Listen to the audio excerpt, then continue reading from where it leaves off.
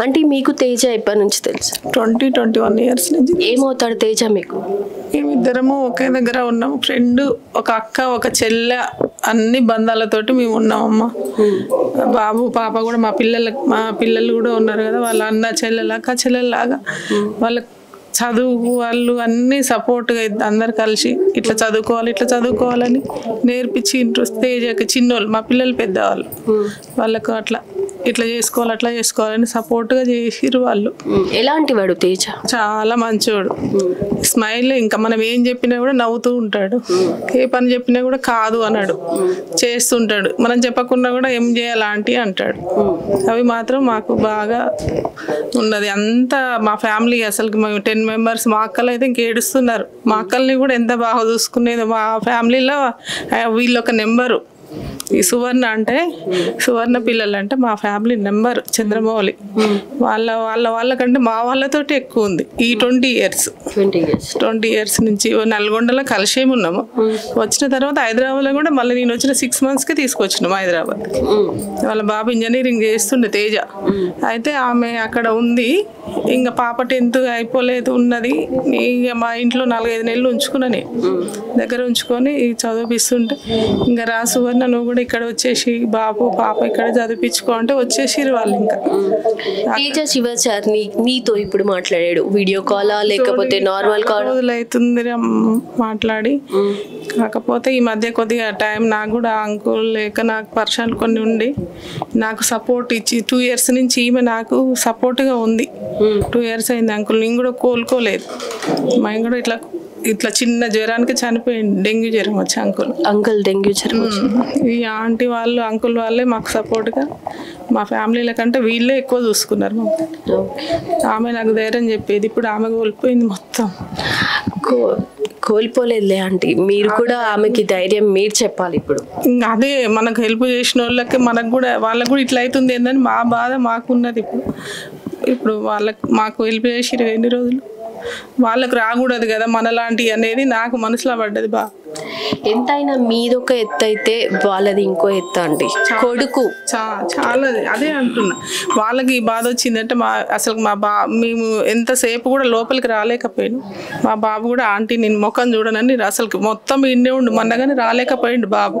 మా పాప కూడా ఏసలనే ఉంటుంది. మొన్న మార్నింగ్ 4కి ఎక్కింది, బాబు వార్త 6కి తెలిసింది. ఆమె ఇప్పుడు ఆంటీ ముఖం చూడలేదు, వీడియో కాల్ చేసి చూస్తలేదు ఆమె. నేను చూడలేకపోతున్నా. నేను ఆంటీ వాళ్ళని అంకుల్ వాళ్ళని తనట్టు వెళ్ళింది, మీరు ఇటు 4కి ఫ్లైట్ ఎక్కించి మేము వచ్చినాము. 6కి వార్త తెలిసింది, 6 o'clock. అంటే వీళ్ళు కూడా చెప్పలేక అక్క నువ్వు రాని మా చెల్లెకి ఎట్లా చెప్పాలా మేము, వీళ్ళ అన్నయ్య ఫోన్ చేసిండు నాకు ఫస్ట్. నేను చెప్పలేక కింద గంట కూర్చున్నా. ఏం చెప్తాం, ఏ క్షణంలో ఏం జరుగుతుందో కూడా తెలియలేకపోతుంది. ఇప్పుడున్న మనిషి సాయంత్రం వరకు ఉంటాడా లేదా కూడా చెప్పలేకపోతున్నాం. ఒకటి ఆరోగ్య పరిస్థితులు పక్కన పెడితే ఇలాంటి పరిస్థితులు ఎక్కువ. అండ్ ఇంకోటి ఏంటంటే ఈ ఫేక్ కాల్స్ అనేవి మామూలుగా ఇక్కడ ఇండియాలోనే కాదు యుఎస్ఏలో కూడా అసలు చాలా మంది ఇప్పటి వరకు చాలా మంది చనిపోయారు. సో అదే ఫేక్ కాల్ వల్ల మన తేజ కూడా చనిపోయారు. తేజకు రాకూడదండి ఇలాంటిది. నేను చెప్తున్నా కదా, వాళ్ళు ఎంత బాధపడి ఎన్ని పనులు చేసుకున్నారో. వాళ్ళ ఇల్లు కూడా అమ్మి వాళ్ళ కోసం ఇద్దరిని పంపించింది. వాళ్ళు అందరు చదువుకుంటున్నారు, అందరు బాగున్నారు, మనం కూడా వాళ్ళలో కలుసుదాం అనే దాని మీద ఆమె చాలా చిన్న చిన్న పనులు కూడా అసలు మేము అనేది ఎంత కష్టపడుతుందో. సువర్ణ, చంద్రమౌళి వాళ్ళ తల్లిదండ్రులు, వాళ్ళ పిల్లలు ఇప్పుడు బయటపడ్డారు, కొద్దిగా వాళ్ళు సెటిల్ అవుతారు అనే ఆశ అందరికీ. ఇప్పుడు నల్గొండ మొత్తం ఏడుస్తున్నారు వీళ్ళ గురించి. అసలు వీళ్ళ అసలు ప్రేమ అనేది ఇప్పుడు తెలుస్తున్నది వీళ్ళ మీద అందరికి. కష్టం వచ్చినప్పుడే తెలుస్తుంది. అంటే అందరికి తెలుసు వీళ్ళ కష్టం ఏందో తెలుసు. కాకపోతే బాబు లేడనే సంగతి ఇంకా వీళ్ళని ఇంత బాధ పెడుతుండ దేవుడు. వీళ్ళని శిక్ష చేసిండు కదా, చిన్నప్పటి నుంచి బాధలే పడ్డారు. మళ్ళీ పెద్ద శిక్ష చేసి పోయిండు. ఎందుకని చాలా మంది చాలా పెయిన్ అవుతుంది. నల్గొండ నుంచి హైదరాబాద్కి వచ్చినా వాళ్ళ శిక్షలు పోతలేవు. ఏం కాదు అండి, త్వరలోనే తమ్ముడు కోలుకోవడానికి ఇప్పుడు ఆమె కోలుకోవడం అంటే చాలా కష్టం అవుతుంది. ఇప్పుడు చాలా ఇయర్స్ అంకుల్ నన్న నువ్వు కొంచెం సేపు మాట్లాడిచ్చి ఆయనతో సరదాగా ఉండి వేరేగా అంకుల్ ని అంకుల్ కూడా కోలుకోవడం చాలా అసలు ఎంత అంటే వాళ్ళ పిల్లలు అంటే ఎంత ముద్ద చూసుకునేది, వాళ్ళు ఎవ్వరు లేరు అసలు, అంత అందంగా ఉండేది పిల్లలు. కంటే ఇంకా చాలా గారభంగా చూసుకుంటారు. వాళ్ళ అందం కూడా అది వాళ్ళకి ప్లస్. అందరూ ఎంత బాగున్నా ఎంత హీరో లాగా ఉన్నాడు, చూసిరు కదా మీరు. చాలా హీరో కూడా ఉన్నాడు ఆయన ఉన్నట్టు. వీళ్ళ ఇద్దరు పిల్లలు అట్లా ఉంటారు, వాళ్ళకి ఏ లోటు లేకుండా.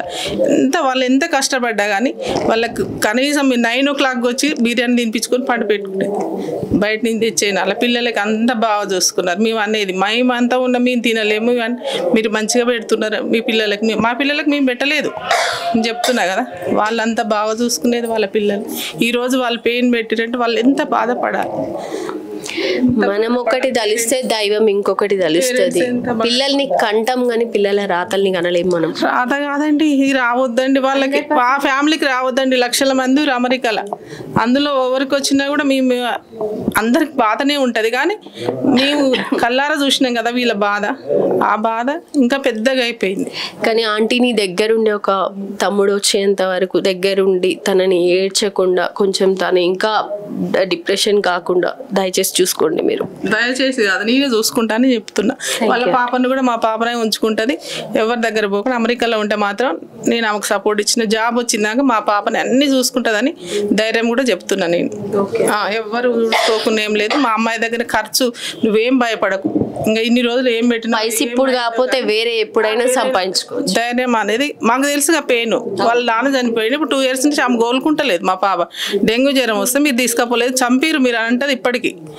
అలాంటిది నా పాప ఇప్పుడు వీళ్ళ పాపను చూసుకుంటుందని చెప్తున్నాను. 100%. Thank you so much.